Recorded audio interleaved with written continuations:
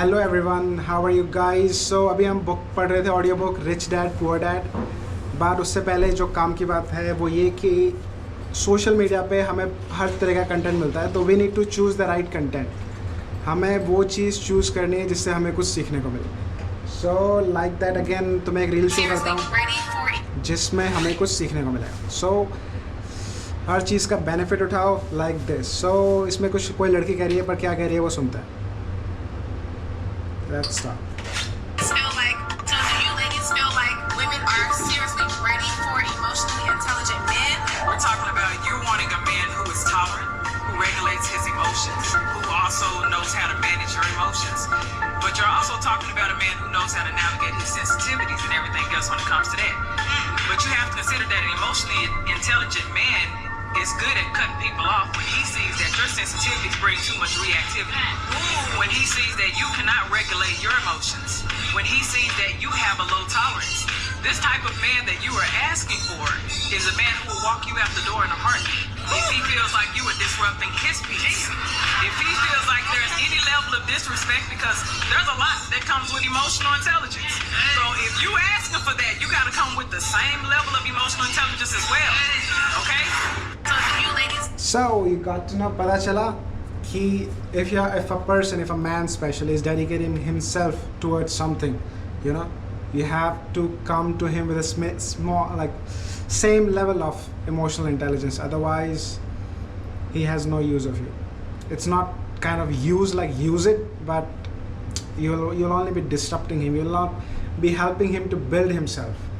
So what he will do, he will cut you out in a heartbeat. He decided he will try, and then he will cut you out. Like, no, it's not happening. Full stop. So that comes with emotional intelligence, guys. So be careful about that. So हम continue करते हैं अपनी audio book जो है rich dad poor dad. सो हमने जहाँ से and करा था, ये शायद लास्ट चैप्टर होने वाला है, क्योंकि अभी मैं रोटी नहीं बना रहा हूँ। ये शाम का टाइम है, तो अपन चॉपिंग करेंगे। चॉपिंग पूरे हफ्ते की सब्जी अपन चॉप करेंगे। चींटी आ गई। तो क्योंकि हम पूरे हफ्ते की सब्जियाँ चॉप करेंगे, तो हमने सोचा ऑडियो बुक सुन लेते हैं। Let's start. और तुरंत इसे $25,000 में भेज दिया ताकि मैं अपने लिए जल्दी से कार खरीद सकूं। तो मेरे द्वारा उसकी इंफॉर्मेशन से कमाए गए पैसों से बहुत छोटा हिस्सा। लेट्स थोड़ा पीछे कर देते हैं। अपने खर्चों को सीमित रखें, अपने एसेट को सबसे पहले बनाएं, फिर बड़ा घर या शानदार कार खरीदें। रैट रेस में फंसे रहना समझदारी नहीं है। 2, जब आपके पास पैसा कम हो तो प्रेशर को बढ़ने दें और अपनी सेविंग्स या इन्वेस्टमेंट को खर्च ना करें। उस दबाव को अपनी फाइनेंशियल टैलेंट को मोटिवेट करने के लिए इस्तेमाल करें ताकि आप ज्यादा पैसा कमाने और अपने बिल्स को चुकाने के नए तरीकों के बारे में सोच सकें। इससे ज्यादा पैसा कमाने की आपकी एबिलिटी भी बढ़ेगी और आपकी फाइनेंशियल बुद्धि भी ज्यादा डेवलप होगी। मैं कई बार फाइनेंशियल भट्टी में तपा हूं और मैंने अपने दिमाग का इस्तेमाल करके ज्यादा इनकम हासिल की है और ये ध्यान रखा है कि मेरे एसेट वाले कॉलम को कोई नुकसान ना पहुंचे। मेरा बुक कीपर चीखने लगा और बचाव के लिए छुप गया, पर मैं उस तरह का सिपाही था जो किले की रक्षा के लिए लड़ रहा था। गरीब लोगों की आदतें भी गरीब होती हैं। एक आम बुरी आदत है सेविंग्स में से पैसे निकाल लेना। अमीर लोग जानते हैं कि सेविंग्स को ज्यादा पैसा कमाने के लिए इस्तेमाल किया जाता है, न कि बिल्स चुकाने के लिए। मैं जानता हूं कि ये मुश्किल लगता है, पर जैसा मैंने कहा, अगर आप अंदर से सख्त नहीं है तो दुनिया आपको इधर से उधर धकेलेगी। अगर आप फाइनेंशियल प्रेशर पसंद ना करते हो तो एक ऐसा फॉर्मूला खोज लें जो आपके लिए कारगर साबित हो। एक अच्छा फॉर्मूला ये होगा कि खर्च कम किए जाएं, पैसे को बैंक में रखा जाए, ज्यादा इनकम टैक्स चुकाया जाए, सेफ म्यूचुअल फंड्स खरीदे जाएं और एवरेज बने रहने की कसम खाई जाए।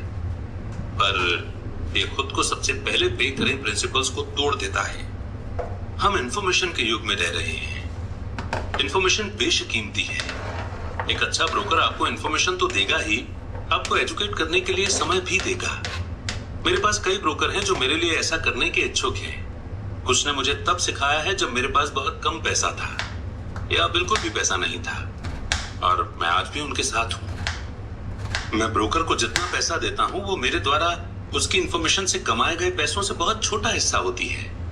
मैं इसे पसंद करता हूं जब मेरा रियल एस्टेट ब्रोकर या स्टॉक ब्रोकर बहुत पैसा कमाता है, क्योंकि इसका आमतौर पर यह मतलब होता है कि मैंने भी बहुत सा पैसा कमाया है। एक अच्छा ब्रोकर मुझे पैसे कमाने की जानकारी देने के अलावा मेरा समय भी बचाता है। जैसे उस समय जब मैंने खाली जमीन के टुकड़े को $9,000 में खरीदा था और तुरंत इसे $25,000 में बेच दिया ताकि मैं अपने लिए जल्दी से कार खरीद सकूं। ब्रोकर आपके मार्केट की आंख और कान है। वे हर रोज वहां होते हैं और इसलिए मेरी वहां कोई जरूरत नहीं होती। उसके बजाय मैं गोल्फ खेल सकता हूं। इसके अलावा जो लोग खुद ही अपना घर बेचते हैं उनके लिए खुद के समय की कोई खास कीमत नहीं होती। मैं कुछ पैसे बचाने के चक्कर में अपना समय क्यों खराब करूं, जबकि इस समय को मैं ज्यादा पैसा कमाने और अपने करीबी लोगों के साथ रहने में इस्तेमाल कर सकता हूं। मुझे बहुत मजेदार लगता है कि इतने ज्यादा गरीब और मिडिल क्लास लोग रेस्टोरेंट में खराब सर्विस के बावजूद 15 से 20% तक टिप देते हैं और ब्रोकर को 3 से 7% देने में आनाकानी और शिकायत करते हैं। वे खर्च वाले कॉलम के लोगों को टिप देते हैं और असेट वाले कॉलम के लोगों को टिप देने से कतराते हैं। ये फाइनेंशियल समझदारी नहीं है। सभी ब्रोकर एक जैसे नहीं होते। दुर्भाग्य से ज्यादातर ब्रोकर सेल्समैन होते हैं। मैं तो ये कहूंगा कि रियल एस्टेट के सेल्समैन सबसे बुरे होते हैं। वे बेचते हैं पर उनके पास खुद बहुत कम या बिल्कुल भी रियल एस्टेट नहीं होता। घर बेचने वाले ब्रोकर और इन्वेस्टमेंट बेचने वाले ब्रोकर में बहुत बड़ा फर्क होता है। ये स्टॉक, बॉन्ड, म्यूचुअल फंड और बीमा ब्रोकर के बारे में भी सही है, जो खुद को फाइनेंशियल प्लानर कहते हैं। किसी परियों की कहानी की तरह ही आप एक राजकुमार खोजने के लिए बहुत से मेंढकों को चूमते हैं। पुरानी कहावत को याद कीजिए, अगर आपको एनसाइक्लोपीडिया की जरूरत हो तो एनसाइक्लोपीडिया बेचने वाले से ना पूछें। जब मैं किसी प्रोफेशनल का इंटरव्यू लेता हूं तो पहले मैं ये पता करता हूं कि उसके पास खुद कितनी पर्सनल प्रॉपर्टी या स्टॉक है और वो कितना % टैक्स दे रहा है। यही मेरे टैक्स अटॉर्नी और मेरे अकाउंटेंट के बारे में भी मैं करता हूं। मेरे पास एक अकाउंटेंट है जो अपने काम से काम रखती है। उसका पेशा हालांकि अकाउंटिंग है, पर उसका काम यानी कि बिजनेस रियल एस्टेट का है। मेरे पास एक अकाउंटेंट था जो एक छोटा सा बिजनेस अकाउंटेंट था, पर उसके पास रियल एस्टेट बिल्कुल नहीं थी। मैंने अकाउंटेंट बदल लिया क्योंकि हम एक बिजनेस को पसंद नहीं करते थे। ऐसा ब्रोकर खोजें जो आपके बेस्ट इंटरेस्ट को ध्यान में रखता हो। कई ब्रोकर आपको एजुकेट करने के लिए समय निकालेंगे और वे आपके द्वारा खोजा गया बेस्ट एसेट साबित हो सकते हैं। बस उदार रहें और वे भी आपके प्रति उदार रहेंगे। अगर आप उनके कमीशन में कटौती करने के बारे में ही सोचते रहेंगे तो वे आपके आसपास क्यों रहना चाहेंगे। ये प्योर और सिंपल सा लॉजिक है। जैसा मैंने पहले कहा था कि मैनेजमेंट स्किल्स में से एक लोगों का मैनेजमेंट भी है। कई लोग सिर्फ ऐसे लोगों को मैनेज कर पाते हैं जो उनसे कम स्मार्ट हो और जिन पर उनकी सत्ता हो। जैसे किसी ऑफिस में जूनियर। कई second rate manager second rate के मैनेजर्स ही बने रहेंगे और उन्हें कभी तरक्की नहीं मिलेगी, क्योंकि वे ये तो जानते हैं कि नीचे वालों के साथ कैसे काम किया जाता है, पर वे ये नहीं जानते कि ऊपर वालों के साथ कैसे काम किया जाता है। असली स्किल है किसी टेक्निकल फील्ड में अपने से बेटर और ज्यादा स्मार्ट लोगों को मैनेज करना और उन्हें अच्छे पैसे देना। इसीलिए कंपनियों में बोर्ड ऑफ डायरेक्टर्स होते हैं। आपके पास भी होने चाहिए और ये फाइनेंशियल समझदारी है। नंबर 7, इंडियन दाता यानी कि इंडियन डोनेटर बने। ये बिना कुछ दिए पाने की ताकत है। जब अमेरिका में गोरे लोग गए तो उन्हें अमेरिकन इंडियंस के कल्चर और ट्रेडिशन से झटका लगा। एग्जाम्पल के तौर पर अगर किसी गोरे आदमी को ठंड लगती थी तो इंडियन उसे कंबल दे देते थे। गोरे लोग इसे तोहफा समझ लेते थे और जब इंडियन कंबल वापस मांगता था तो उन्हें बहुत बुरा लगता था। इंडियंस को भी बुरा लगता था जब उन्हें यह पता चलता था कि गोरे कंबल वापस नहीं करना चाहते थे। इस तरह इंडियन दाता यानी कि इंडियन डोनेटर फ्रेज पैदा हुआ, एक छोटी सी कल्चरल नासमझी के कारण। असेट के कॉलम में दुनिया में इंडियन दाता बनना दौलत के लिए बहुत जरूरी है। पॉलिश्ड इन्वेस्टर का पहला सवाल यह होता है, मेरा पैसा मुझे कितनी जल्दी वापस मिल जाएगा। वो ये भी जानना चाहते हैं कि उन्हें मुफ्त में क्या मिल रहा है। इसीलिए इन्वेस्टमेंट पर रिटर्न इतना इंपॉर्टेंट है। एग्जाम्पल के तौर पर मुझे एक छोटा रियल एस्टेट मिला जो मेरे घर से थोड़ी ही दूरी पर था। बैंक $60,000 चाहती थी और मैंने $50,000 की बोली लगाई, जो उन्होंने सिर्फ इसलिए स्वीकार कर ली क्योंकि बोली के साथ $50,000 का चेक भी लगा हुआ था। उन्होंने ये महसूस किया कि मैं गंभीर था। ज्यादातर इन्वेस्टर कहेंगे कि आप अपना बहुत सा पैसा फंसा नहीं रहे हैं, कैश पर लोन लेना ज्यादा बेहतर नहीं होता? इसका जवाब है, इस मामले में बिल्कुल नहीं। मेरी इन्वेस्टमेंट कंपनी ठंड के महीनों में इसे वैकेशन रेंटल के रूप में इस्तेमाल करती है। जब मौसमी पक्षी एरिजोना से आते हैं और इसे 4 महीनों के लिए $2500 किराए पर दे देती है। बाकी के 8 महीनों में इसका किराया सिर्फ $1000 होता है। मेरा पैसा लगभग 3 सालों में वापस आ गया था। अब मैं इस प्रॉपर्टी का मालिक हूं, जो हर महीने मेरी इनकम बढ़ाती रहती है। यही स्टॉक के बारे में किया जाता है। अक्सर मेरा ब्रोकर मुझे सलाह देता है कि मैं किस कंपनी के स्टॉक में काफी पैसा लगाऊं, क्योंकि उसके विचार से वो कंपनी कोई ऐसा कदम उठाने वाली है जिससे उसके शेयर में तेजी आ जाएगी, जैसे कोई नया प्रोडक्ट मार्केट में लाने वाली है। मैं अपने पैसे को 1 हफ्ते से लेकर 1 महीने तक लगाए रखता हूं। जब शेयर की कीमतें बढ़ती हैं, फिर मैं अपने प्रिंसिपल अमाउंट को निकाल लेता हूं और बाजार के उतार चढ़ाव से बेफिक्र हो जाता हूं, क्योंकि मेरा प्रिंसिपल अमाउंट वापस आ चुका है और दूसरे एसेट पर काम करने के लिए तैयार है। इस तरह मेरा पैसा जाता है और फिर बाहर आ जाता है और मैं एक ऐसे एसेट का मालिक बन जाता हूं जो एक तरह से मुझे मुफ्त में मिलता है। ये सच है कि मैंने कई मौकों पर पैसा खोया भी है, पर मैं उतने ही पैसों से खेल खेलता हूं जितने का नुकसान मैं सहन कर सकता हूं। मैं ये कहूंगा कि एवरेज 10 इन्वेस्टमेंट पर मुझे 2 या 3 में बहुत फायदा होता है, जबकि 5 या 6 में कोई प्रॉफिट एंड लॉस नहीं होता और 2 या 3 में मैं घाटा भी खाता हूं। पर मैं अपने नुकसान को उसी पैसे तक सीमित कर लेता हूं जो मेरे पास उस समय होते हैं। जो लोग रिस्क से नफरत करते हैं, वे अपने पैसे को बैंक में रख देते हैं और लॉन्ग टर्म में उनकी सेविंग्स कुछ नहीं से बेहतर ही होती हैं। पर आपको अपना पैसा वापस निकालने में बहुत लंबा समय लग जाता है और ज्यादातर मामलों में तो आपको इसके साथ कुछ भी मुफ्त नहीं मिलता है।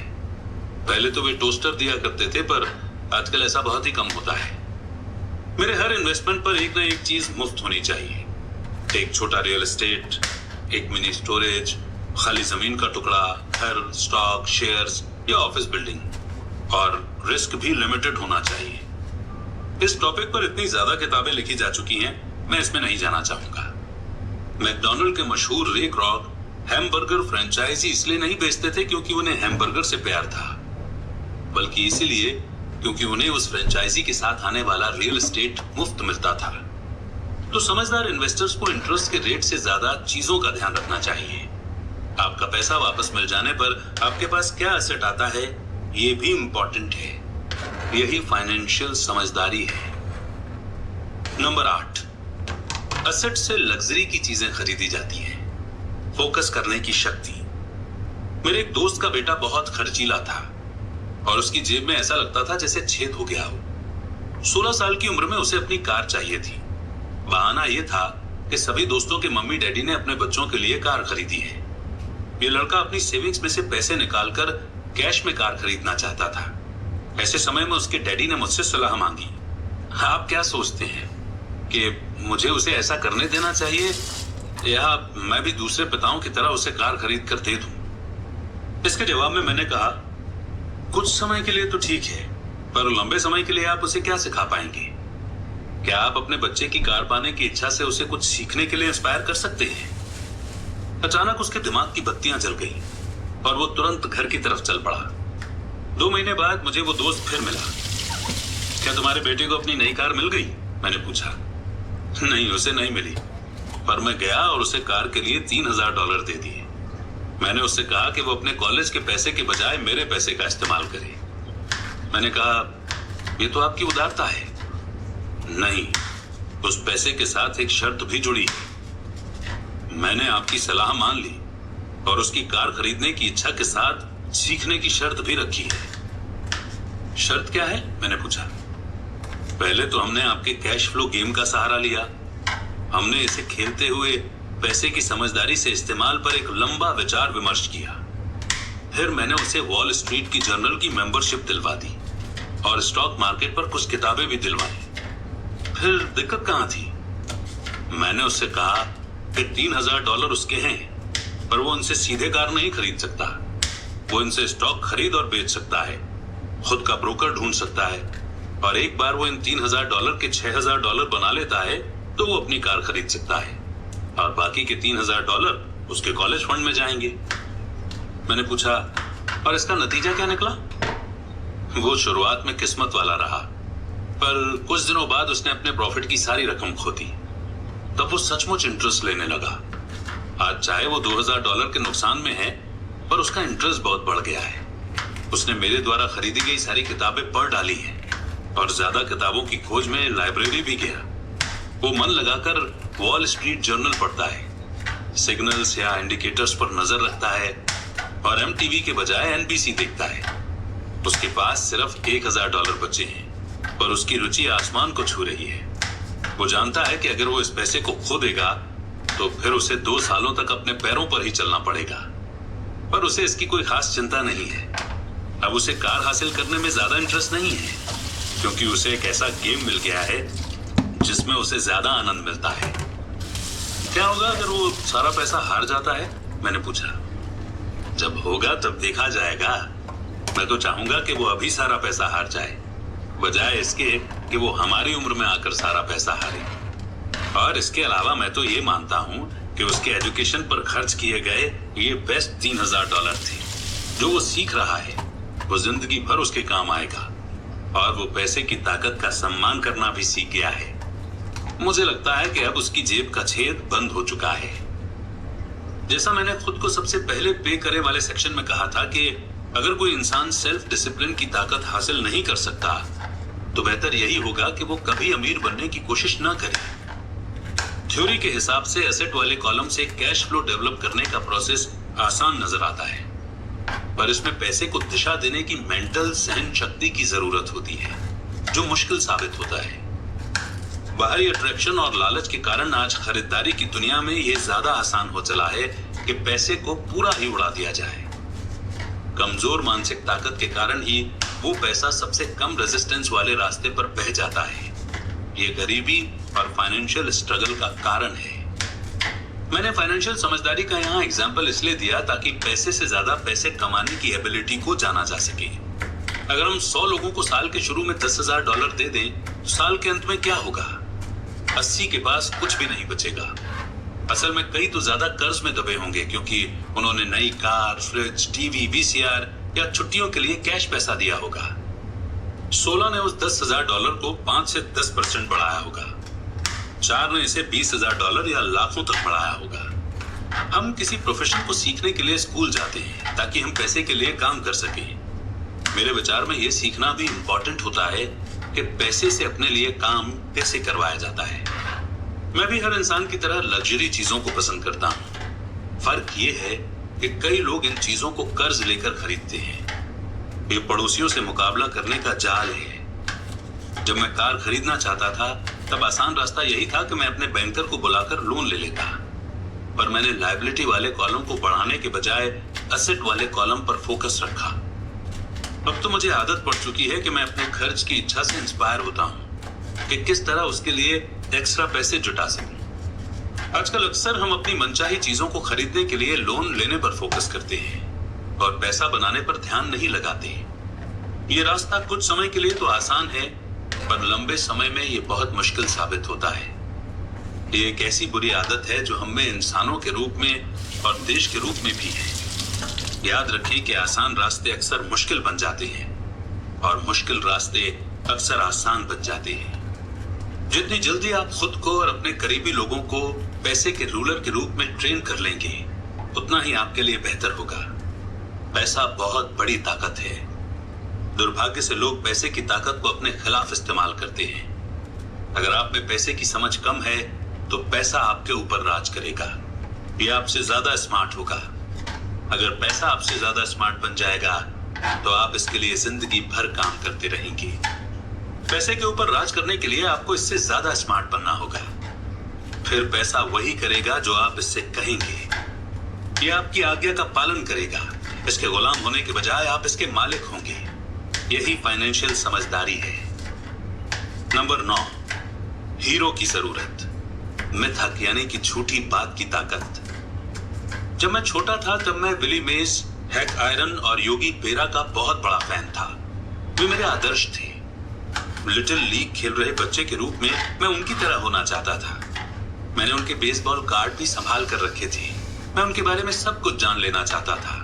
मैं उनके बारे में सभी स्कोर जानता था, उनके बैटिंग का एवरेज, उन्हें मिलने वाले पैसे और वे किस तरह से बड़े हुए, सब कुछ। मैं सब कुछ इसलिए जानना चाहता था क्योंकि मैं उनके जैसा बनना चाहता था। 9 या 10 साल की उम्र में जब बेसबॉल खेलने के लिए मैं मैदान पर जाता था तो मैं नहीं जाता था, बल्कि मेरे रूप में योगी या हैंक मैदान पर उतरते थे। ये सीखने के सबसे पावरफुल तरीकों में से एक है जो हम बड़े होने के बाद खो देते हैं। हम अपने हीरोज को खो देते हैं, हम अपने नौसिखिएपन को खो देते हैं। आज मैं अपने घर के पास छोटे बच्चों को बास्केटबॉल खेलते देखता हूँ। कोर्ट पर वे छोटे जॉनी नहीं होते, वे तो माइकल जॉर्डन, सर चार्ल्स या क्लाइड होते हैं। आइडियल हीरोज को कॉपी करना नॉलेज पाने का सच्चा और पावरफुल तरीका है, और इसलिए जब ओजी सिम्पसन की तरह का हीरो बदनाम होता है तो इतनी चीख पुकार मचती है। ये किसी कोर्ट केस से ज्यादा होता है। एक आइडियल हीरो को खो देना होता है, एक ऐसा इंसान जिसकी तरह बनने का सपना लोग बचपन से संजोए थे और वे जिसकी पूजा करते थे। अचानक हमें उस इंसान को अपनी जिंदगी से निकालना पड़ता है। जब मैं बड़ा हो गया तो मेरे हीरो बदल गए। मेरे गोल्फ के हीरो बने पीटर जैकब्सन, फ्रेड कपल्स और टाइगर वुड्स। मैं उनके शॉट को कॉपी करता हूं और उनके बारे में सब कुछ पढ़ने की कोशिश करता हूं। मेरे हीरोज में Donald Trump, Warren Buffett, Peter lynch, George Soros और जिम रॉजर्स भी हैं। बड़ा हो जाने के बाद मैं उनके फिगर्स उसी तरह जानता हूं जिस तरह अपने बचपन में बेसबॉल हीरोज के फिगर्स जानता था। जब वॉरेन बफे इन्वेस्टमेंट करते हैं तो मैं उनको फॉलो करता हूं और मार्केट के बारे में, उनके नजरिए के बारे में सब कुछ पढ़ने की कोशिश करता हूं। मैं पीटर लिंच की बुक भी इसलिए पढ़ता हूं ताकि स्टॉक चुनने की उनकी टेक्निक को मैं समझ सकूं। मैं डोनाल्ड ट्रंप के बारे में इसलिए पढ़ता हूं ताकि ये जान सकूं कि वे किस तरह डील्स करते हैं। जिस तरह मैदान पर बेसबॉल के लिए बैटिंग करते जाते समय मैं खुद के रोल में नहीं था, उसी तरह जब मैं मार्केट में उतरता हूं या मैं कोई डील करता हूं तो मैं सबकॉन्शियसली ट्रंप की बहादुरी का अभिनय करता हूं। या जब मैं किसी ट्रेंड को एनालाइज करता हूं तो मैं उसे इस तरह देखता हूं जैसे पीटर लिंच ये काम कर रहे हो। आइडियल हीरो होने से हम अपनी हाईएस्ट टैलेंट के सोर्स का इस्तेमाल करते हैं, पर आइडियल हीरो हमें इंस्पायर करने से भी ज्यादा काम करते हैं। वे चीजों को ज्यादा आसान बना देते हैं। चीजें आसान दिखने के कारण हम भी उन्हीं की तरह बनना चाहते हैं। अगर वे ऐसा कर सकते हैं तो मैं भी ये कर सकता हूं। जब इन्वेस्टमेंट की बात आती है तो ज्यादातर लोग इसे बहुत मुश्किल समझते हैं। इसके बजाय उन्हें आइडियल हीरो की तलाश करनी चाहिए जो इसे आसान बना देते हैं। नंबर 10, सिखाओ और आपको हासिल होगा देने की शक्ति। मेरे दोनों डैडी टीचर थे। मेरे अमीर डैडी ने मुझे ऐसा सबक सिखाया जो मेरे साथ जिंदगी भर चल रहा है, और वो सबक था परोपकार करना या देना। मेरे पढ़े लिखे डैडी ने अपने समय और ज्ञान के द्वारा दूसरों को बहुत दिया, पर शायद ही कभी अपना पैसा दिया हो। जैसा मैं बता चुका हूं कि वे कहा करते थे कि वे तभी देंगे जब उनके पास कुछ एक्स्ट्रा पैसा होगा, और उनके पास कभी भी एक्स्ट्रा पैसा नहीं होता था। मेरे अमीर डैडी ने पैसा भी दिया और एजुकेशन भी। वे देने के प्रिंसिपल में पक्का यकीन रखते थे। अगर आपको कुछ चाहिए तो आपको पहले कुछ देने की जरूरत है। वे हमेशा कहा करते थे कि जब उनका हाथ तंग होता था तब भी वे अपने चर्च या अपनी पसंदीदा चैरिटेबल ऑर्गेनाइजेशन को दान देते थे। अगर मैं आपके पास कोई विचार छोड़ना चाहता हूं तो वो ये विचार यही होगा कि जब आपको किसी चीज की कमी या जरूरत महसूस हो तो पहले उस चीज को दें, बाद में वो बाल्टियों में भरकर आपके पास लौट आएगी। ये पैसा, मुस्कुराहट, प्रेम, दोस्ती सभी के बारे में सही है। मैं जानता हूं कि कोई भी इंसान ऐसा नहीं करना चाहेगा, पर मैंने ऐसा किया है और इससे फायदा भी उठाया है। मैं विश्वास करता हूं कि लेने देने का प्रिंसिपल सही है, और इसलिए मैं वही चीज देता हूं जो मैं पाना चाहता हूं। मुझे पैसा चाहिए, इसलिए मैं पैसा देता हूं, और ये कई गुना होकर मेरे पास वापस आ जाता है। मैं सेल्स बढ़ाना चाहता हूं, इसलिए मैं किसी और आदमी की कोई चीज बेचने में मदद कर देता हूं और मेरी सेल्स बढ़ जाती है। अगर मैं अपने कॉन्टैक्ट्स बढ़ाना चाहता हूं और मैं किसी और के कॉन्टैक्ट बढ़ाने में मदद कर देता हूं और जादू की तरह मेरे भी कॉन्टैक्ट बढ़ जाते हैं। मैंने सालों पहले एक कहावत सुनी थी, भगवान को कुछ नहीं चाहिए पर इंसान को देना चाहिए। मेरे अमीर डैडी अक्सर कहा करते थे, गरीब लोग अमीरों से ज्यादा लालची होते हैं। उन्होंने इसे समझाते हुए कहा था कि अगर कोई इंसान अमीर है तो वो दूसरों द्वारा चाही गई कुछ चीज दे रहा है। मेरे जीवन में, मेरे तमाम सालों में जब भी मैंने पैसे की कमी या जरूरत महसूस की है, तो मैंने पहले अपने दिल को टटोला है कि मैं क्या चाहता हूं और फिर इसे देने का फैसला किया है। और जब मैंने दिया है तो ये हमेशा मेरे पास वापस लौटा है। ये मुझे उस आदमी की कहानी याद दिलाता है जो सर्दियों की ठंडी रात में लकड़ियां लेकर बैठा है और पास में ही धीमे धीमे जल रहे चूल्हे पर चिल्ला रहा है, जब तुम मुझे गर्मी दोगे तब मैं कुछ लकड़ियां तुम्हारे अंदर डालूंगा। और जब पैसे, प्रेम, सुख, सेल्स और कॉन्टैक्ट्स की बात आती है तो हर इंसान को यही याद रखने की जरूरत है कि जो आप चाहते हैं पहले आप उसे दें और ये कई गुना होकर आपके पास लौट आएगा। कई बार यही सोचने का प्रोसेस कि मैं क्या चाहता हूं और इसे किसी और को किस तरह दे सकता हूं, मेरे अंदर उदारता का भाव आने लगता है। जब भी मैं ये देखता हूं कि लोग मेरी तरफ देखकर नहीं मुस्कुरा रहे हैं तो मैं आराम से मुस्कुराना और हेलो करना शुरू कर देता हूं और जादू की तरह मेरे आसपास अचानक बहुत से मुस्कुराने वाले जमा हो जाते हैं। ये सच है कि आपकी दुनिया सिर्फ आपका दर्पण है। तो मैं इसलिए कहता हूं कि सिखाओ और आपको मिलेगा। मैंने पाया है कि मैं सीखने वालों को जितनी गंभीरता से जितना ज्यादा सिखाता हूं, मैं भी उतना ही ज्यादा सीखता हूं। अगर आप पैसे के बारे में सीखना चाहते हैं तो इसे किसी और को सिखाएं। ऐसा करने से आपके दिमाग में बहुत से नए विचारों और फॉर्मूलों की बाढ़ आ जाएगी। ऐसे भी समय आए हैं जब मैंने दिया है और कुछ भी वापस नहीं लौटा, या जो मुझे मिला वो मैं नहीं चाहता था। पर करीबी जांच और सेल्फ एनालिसिस से मुझे पता चला कि उन मामलों में मैं देने के लिए नहीं दे रहा था, बल्कि पाने के लिए दे रहा था। मेरे डैडी ने टीचर्स को सिखाया और वे एक मास्टर टीचर बन गए। मेरे अमीर डैडी ने यंग लोगों को अपना बिजनेस करने का तरीका सिखाया। मैं पीछे पलट कर देखता हूं कि ये सीखने वालों की अपनी नॉलेज के प्रति उदारता ही थी जिसके कारण वे ज्यादा स्मार्ट बन गए। इस दुनिया में ऐसी ताकतें हैं जो हमसे ज्यादा स्मार्ट हैं। आप वहां खुद अपने दम पर पहुंच सकते हैं और उन ताकतों की मदद से वहां पहुंचना ज्यादा आसान होता है। आपको बस करना इतना ही है कि आप उदार हो जाएं और वे ताकतें भी आपके प्रति उदार हो जाएंगी। और एक से बढ़कर एक लेसन देता हुआ चैप्टर 9 यहीं पर रुकता है।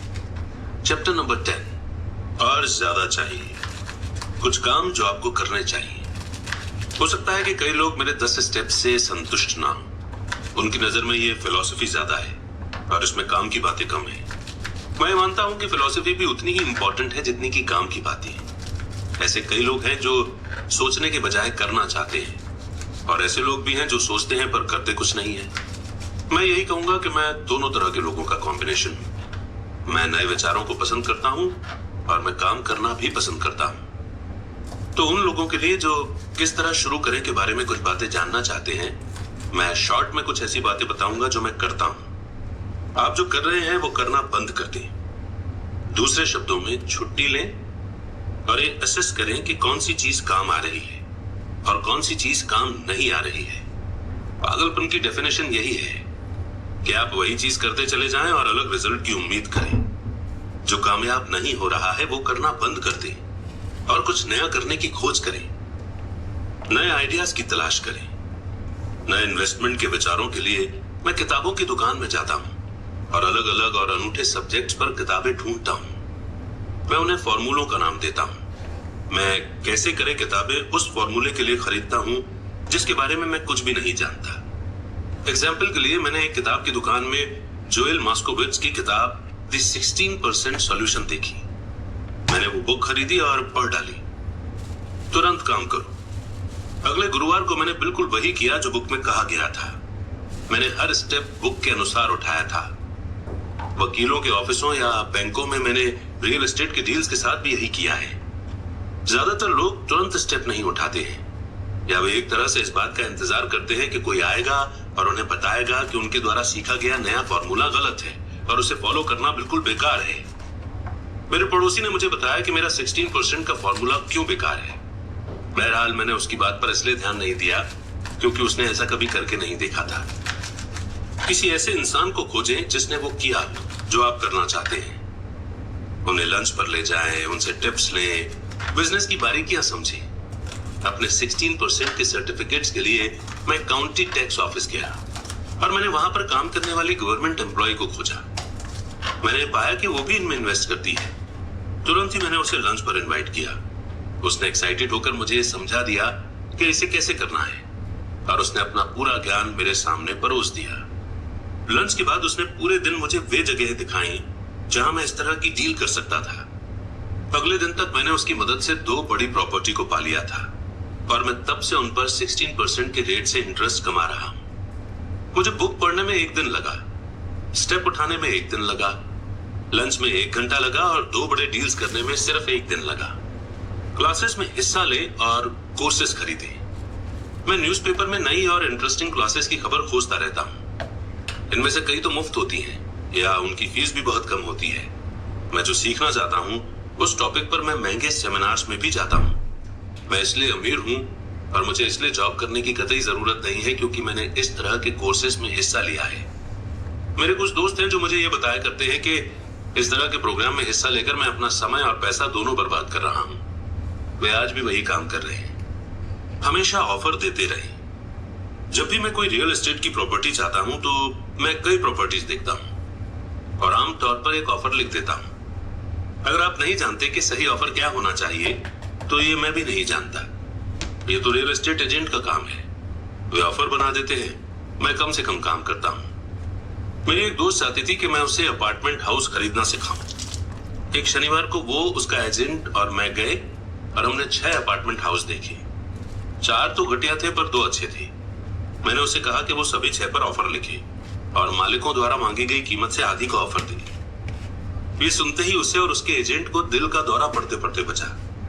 उनके हिसाब से ये बदतमीजी होती और इससे मकान मालिकों को बुरा लग सकता था। पर मैं असल में नहीं सोचता कि एजेंट इतना हार्ड वर्क करना चाहता था, इसलिए उन्होंने कुछ नहीं किया और वे एक बेहतर सौदे की तलाश में चले गए। उन्होंने कभी कोई ऑफर नहीं दिया और वो आज भी सही कीमत पर सही डील के लिए भटक रही है। आप नहीं जानते कि सही कीमत क्या है जब तक कि सौदा करने के लिए आपके सामने दूसरी पार्टी न हो। ज्यादातर बेचने वाले बहुत ज्यादा कीमत मांगते हैं। ये बहुत कम ही होता है कि कोई बेचने वाला असल में ऐसी कीमत मांगे जो रियल वैल्यू से कम हो। इस कहानी से हमें यह सीख मिलती है कि हमें ऑफर देना चाहिए। जो लोग इन्वेस्टर नहीं होते उन्हें समझ नहीं होती कि कोई चीज बेचना कितना मुश्किल होता है। मेरे पास एक रियल एस्टेट की प्रॉपर्टी थी जिसे मैं महीनों से बेचना चाहता था। मैंने किसी भी चीज का स्वागत किया होता, मुझे इस बात से कोई फर्क नहीं पड़ता कि कीमत कितनी कम थी। अगर मुझे 10 जानवरों का भी ऑफर किया होता तो मैं खुश हो गया होता। ऑफर की कीमत से नहीं, बल्कि इस बात से कि कोई तो मेरी प्रॉपर्टी में रुचि रखता है। इसके जवाब में मैं पूरे के पूरे जानवर के फार्म को हासिल करने की कोशिश करता। तो ये खेल इस तरह से खेला जाता है। खरीदने और बेचने का ये खेल बड़ा मजेदार होता है। इस बात का हमेशा ध्यान रखें, ये मजेदार है और ये सिर्फ एक खेल है। ऑफर देते रहें, कोई तो कभी हाँ कहेगा। और मैं हमेशा अपने ऑफर के बचाव के लिए एक लाइन डाल देता हूं। रियल एस्टेट में मैं हमेशा अपने ऑफर में लिखता हूं कि बिजनेस पार्टनर की सहमति के बाद ही यह समझौता फाइनल माना जाएगा। मैं ये कभी नहीं बताता कि मेरा बिजनेस पार्टनर कौन है। ज्यादातर लोग ये नहीं जानते कि मेरी बिजनेस पार्टनर मेरी बिल्ली है। अगर वे ऑफर को मान लेते हैं और मैं सौदा नहीं करना चाहता तो मैं घर फोन लगाता हूं और अपनी बिल्ली से बात कर लेता हूं। मैं ये अजीबोगरीब किस्सा इसलिए बता रहा हूं ताकि आप ये जान सकें कि ये खेल कितना आसान है। ज्यादातर लोग चीजों को बहुत ज्यादा कॉम्प्लेक्स बना देते हैं और उन्हें काफी गंभीरता से लेते हैं।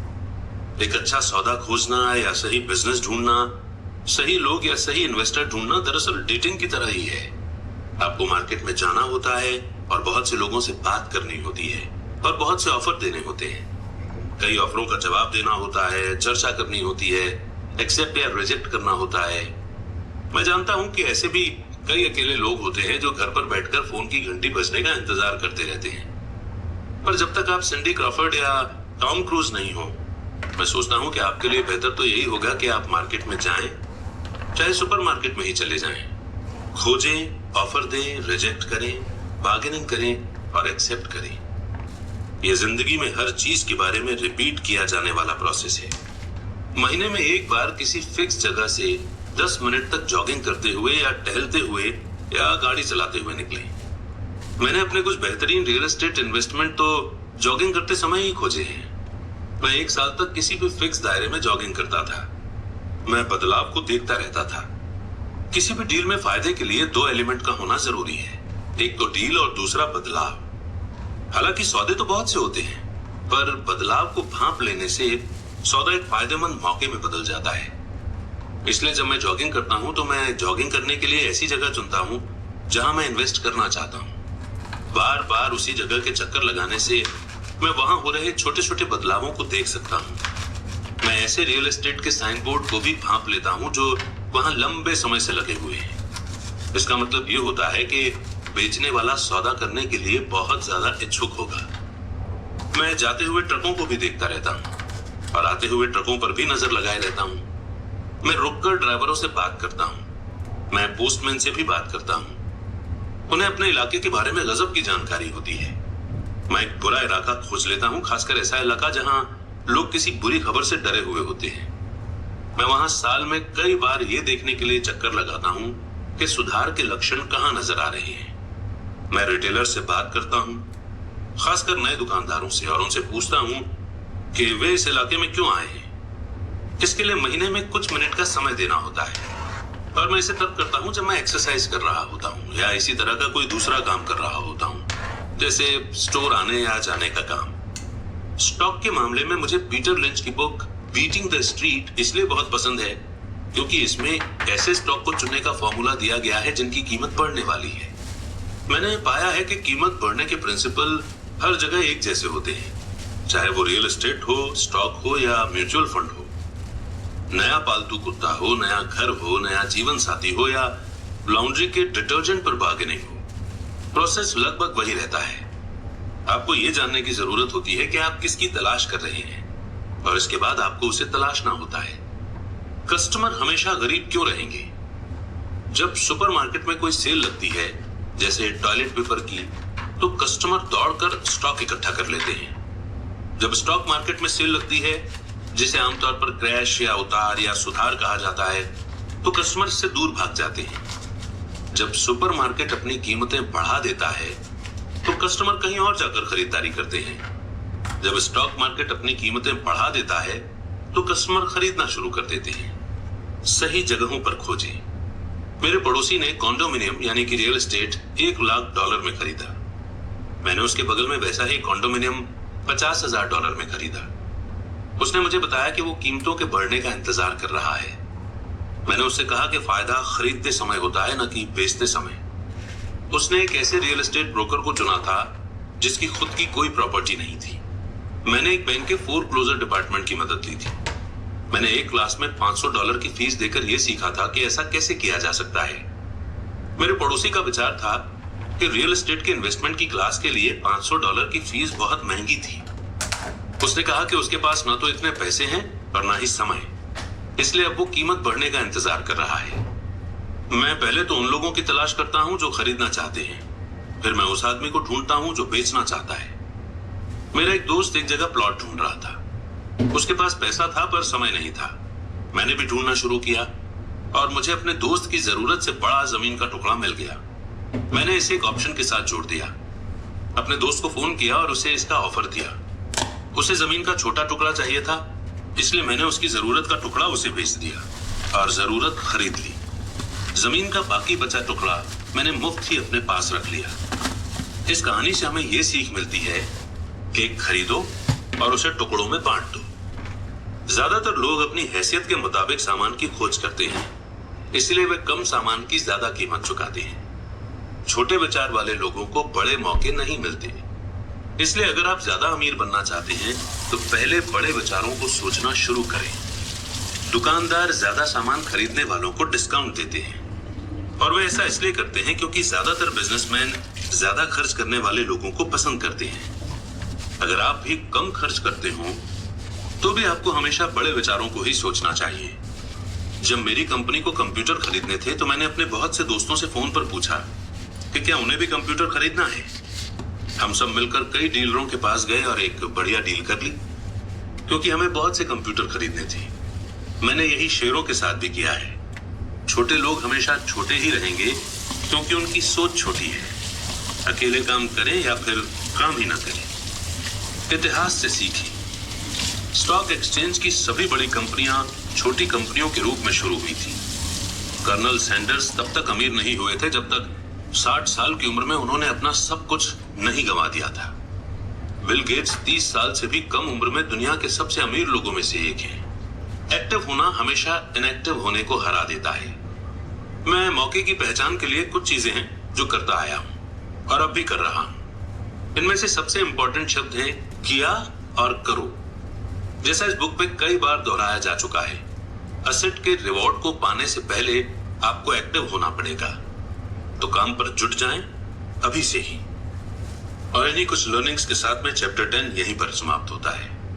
एक बार फिर से मैं यही कहूंगा कि इस चैप्टर की जितनी भी लर्निंग्स हैं उन्हें नोट कर लें, क्योंकि अब हम बढ़ेंगे कंक्लूजन की ओर। सिर्फ $7,000 में कॉलेज की एजुकेशन।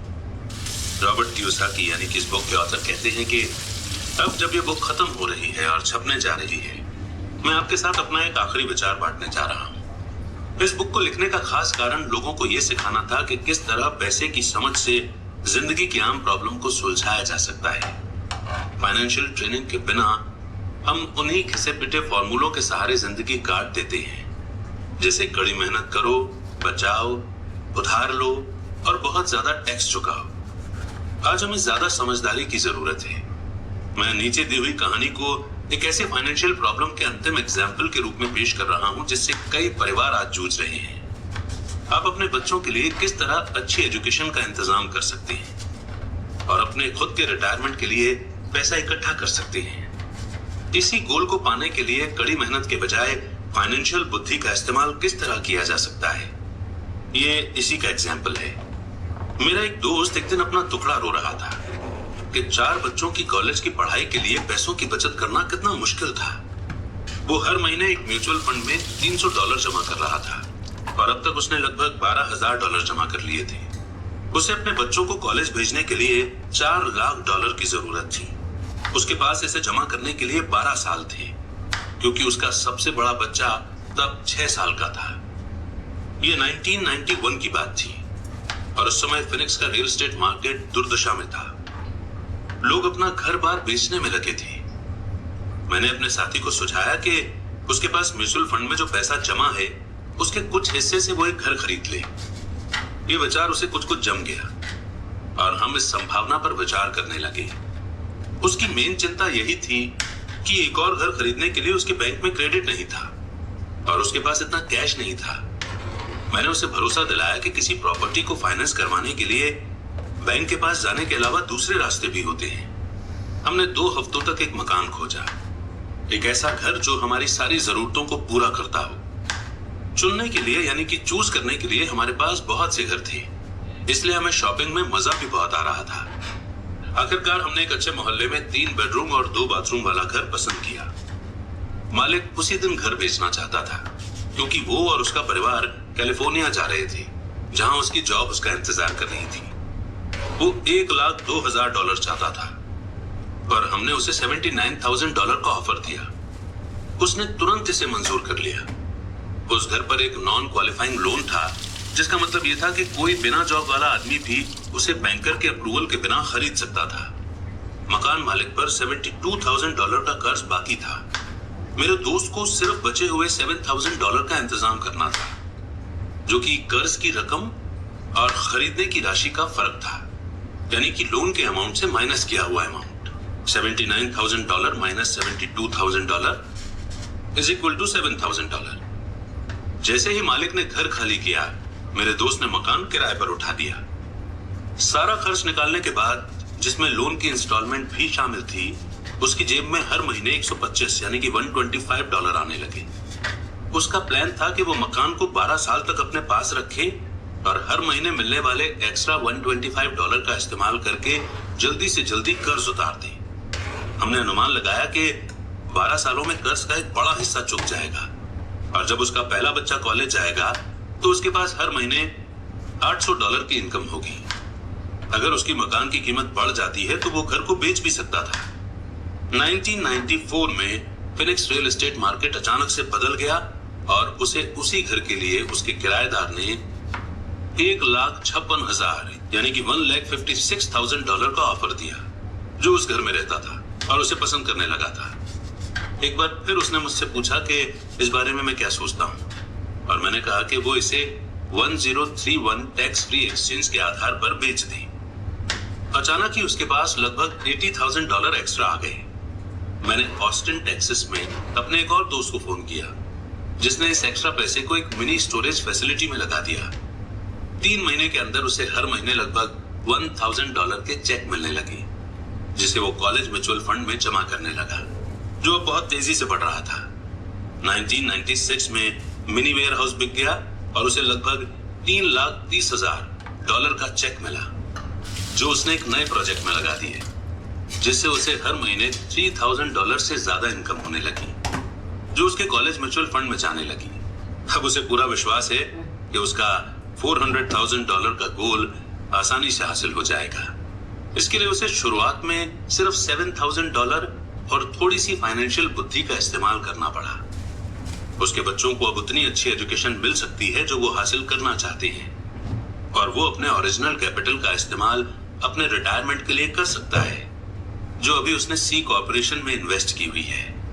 इस सक्सेसफुल इन्वेस्टमेंट स्ट्रेटेजी के कारण अब वो जल्दी ही रिटायरमेंट ले सकता है। इस बुक को सुनने के लिए धन्यवाद। मुझे आशा है कि इससे आपको कुछ फाइनेंस से रिलेटेड नॉलेज मिली होगी कि किस तरह पैसे की ताकत का इस्तेमाल किया जाए। पैसा आपके लिए काम करे। आज हमें बचे रहने के लिए भी पैसे की समझ की जरूरत है। ये विचार कि पैसा बनाने के लिए पैसे की जरूरत होती है, फाइनेंशियल रूप से ना समझ लोगों का विचार होता है। इसका यह मतलब नहीं है कि वे समझदार नहीं है। इसका मतलब सिर्फ इतना है कि उन्होंने पैसा बनाने की स्किल अभी नहीं सीखी है। पैसा सिर्फ एक थॉट है। अगर आप पैसा कमाना चाहते हैं तो सिर्फ अपने थॉट्स को बदल लें। हर सेल्फ मेड आदमी ने छोटे स्केल पर एक थॉट से शुरुआत की थी और बाद में इसे बड़ा किया था। यही इन्वेस्टमेंट के बारे में भी अप्लाई होता है। शुरू करने के लिए सिर्फ कुछ डॉलर ही काफी है और बाद में इनसे बड़ी रकम बनाई जा सकती है। मैं ऐसे बहुत से लोगों से मिला हूं जो जिंदगी भर किसी बड़ी डील के पीछे भागते रहते हैं या बड़ी डील के लिए बहुत सा पैसा जुटाते रहते हैं, पर मेरी नजर में यह मूर्खता है। ज्यादातर मैंने नासमझ इन्वेस्टर्स को अपना बड़ा अंडा एक ही कॉन्ट्रैक्ट में लगाते हुए और इस कारण उन्हें तेजी से बर्बाद होते हुए देखा है। वे अच्छे काम करने वाले हो सकते हैं, वे अच्छे सिटीजन हो सकते हैं, पर वे अच्छे इन्वेस्टर नहीं थे। पैसे के बारे में एजुकेशन और बुद्धि इंपॉर्टेंट है। जल्दी शुरुआत करें, कोई बुक खरीदें, किसी सेमिनार में जाएं, प्रैक्टिस करें, छोटी शुरुआत करें। मैंने 6 साल से भी ज्यादा कम समय में $5,000 को $10 लाख की प्रॉपर्टी में बदला है, जिससे हर महीने $5,000 यानी कि $5,000 का कैश फ्लो आता है। पर मैंने ये बचपन से सीखा है। मैं आपको सीखने के लिए इसलिए एनकरेज करता हूं क्योंकि ये इतना मुश्किल नहीं है। दरअसल एक बार आपको इसकी लत पड़ जाए तो आपके लिए ये आसान हो जाएगा। मैं समझता हूं कि मैंने अपना मैसेज बहुत क्लियर तरीके से पहुंचा दिया है। आपके हाथ में क्या है, इस बात का फैसला इस बात से होता है कि आपके दिमाग में क्या है। पैसा सिर्फ एक थॉट है। एक बहुत बढ़िया बुक है थिंक एंड ग्रो रिच। इसका टाइटल ये नहीं है कि कड़ी मेहनत कीजिए और अमीर बनिए। ये सीखें कि किस तरह आप पैसे से अपने लिए कड़ी मेहनत करवा सकते हैं और आपकी जिंदगी किस तरह ज्यादा आसान और सुखद हो सकती है। आज इस बात की जरूरत है कि आप सेफ गेम खेलने के बजाय स्मार्ट बने और अपनी बुद्धि का इस्तेमाल करें। रॉबर्ट कियोसाकी का एक एजुकेशनल कमर्शियल। 3 तरह की इनकम। अकाउंटिंग की दुनिया में 3 अलग अलग तरह की इनकम होती है। एक अर्न्ड इनकम, दूसरा पैसिव इनकम और तीसरा पोर्टफोलियो इनकम। जब मेरे असली डैडी ने मुझसे कहा था स्कूल जाओ, अच्छे नंबर लाओ और एक सिक्योर जॉब खोजो, तो वे मुझे ये सुझाव दे रहे थे कि मैं अर्न्ड इनकम के लिए काम करूं। जब मेरे अमीर डैडी ने कहा अमीर लोग पैसे के लिए काम नहीं करते, वे पैसे से अपने लिए काम करवाते हैं, तो वे पैसिव इनकम और पोर्टफोलियो इनकम के बारे में बात कर रहे थे। ज्यादातर मामलों में पैसिव इनकम रियल एस्टेट के इन्वेस्टमेंट से हासिल होती है। पोर्टफोलियो इनकम पेपर एसेट से मिलती है। पेपर एसेट्स यानी कि स्टॉक, बॉन्ड और म्यूचुअल फंड। पोर्टफोलियो इनकम वो इनकम है जिससे बिल गेट्स दुनिया के सबसे अमीर आदमी बन गए। वे अर्न्ड इनकम के द्वारा अमीर नहीं बने। अमीर डैडी कहा करते थे अमीर बनने की चाबी है अर्न्ड इनकम को पैसिव इनकम और पोर्टफोलियो इनकम में जितनी जल्दी संभव हो सके बदलने की काबिलियत। वे कहते थे अर्न्ड इनकम पर टैक्स सबसे ज्यादा लगता है, सबसे कम टैक्स पैसिव इनकम पर लगता है। एक और कारण है कि आप अपने पैसे से अपने लिए कड़ी मेहनत करवाएं। गवर्नमेंट उस इनकम पर ज्यादा टैक्स लगाती है जिसके लिए आप कड़ी मेहनत करते हैं, और उस इनकम पर कम टैक्स लगाती है जिसके लिए आपका पैसा कड़ी मेहनत करता है। अमीर डैडी कहा करते थे सच्चा इन्वेस्टर सिर्फ यही करता है कि वो अपनी अर्न्ड इनकम को पैसिव और पोर्टफोलियो इनकम में बदल ले। अगर आप ये जानते हैं कि आप क्या कर रहे हैं तो इन्वेस्ट करना रिस्की नहीं है, ये सिर्फ कॉमन सेंस की बात है। फाइनेंशियल आजादी की चाबी। फाइनेंशियल आजादी और ढेर सारी दौलत की चाबी है किसी इंसान की अपनी अर्न्ड इनकम को पैसिव इनकम और पोर्टफोलियो इनकम में बदलने की स्किल या काबिलियत। यही वो स्किल है जिसे माइक और मुझे सिखाने में मेरे अमीर डैडी ने इतना ज्यादा समय लगाया।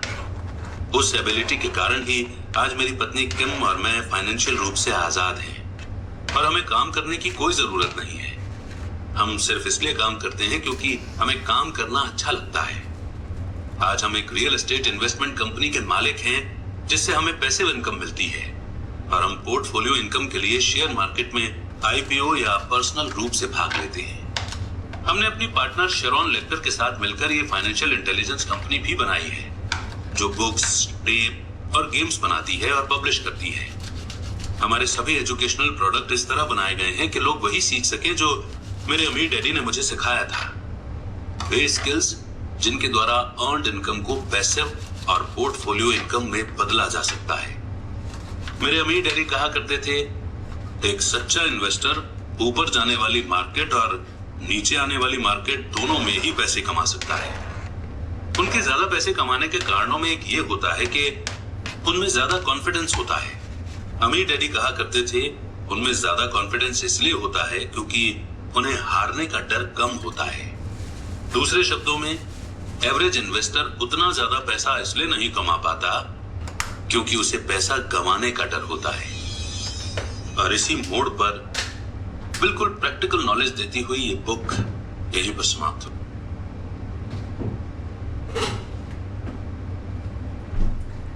So I guess हमारी book rich dad poor dad खत्म हो गई है। Yes. Hello and welcome.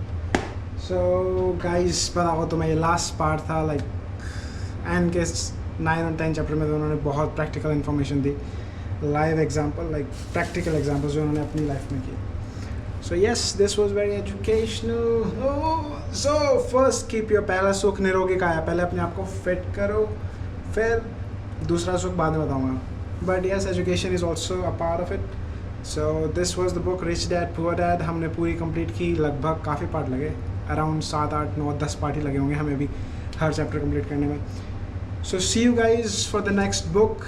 ये ख़त्म होता है rich dad poor dad and we will continue with another book. मे भी ट्राई करते हैं कि वो किस तरह की बुक हो। कमेंट सेक्शन में बताना हम किस तरह की बुक्स ट्राई कर सकते हैं। आई नो अभी ज़्यादा फॉलोअर्स नहीं है तो कोई दिक्कत नहीं, अपन खुद ही डिसाइड करेगा कि अपन क्या पढ़ने वाले हैं। So let's see. Okay guys, अपनी शॉपिंग भी कंप्लीट हो गई है, ये थोड़ी सी बची है, वो मैं जब वो ख़त्म हो जाएगी उसके बाद ट्राई करूँगा। एक हफ्ते का सब्जियाँ कट गई हैं। So see you guys, bye bye, टाटा, सायोनारा, चाओ। GoPro, stop recording.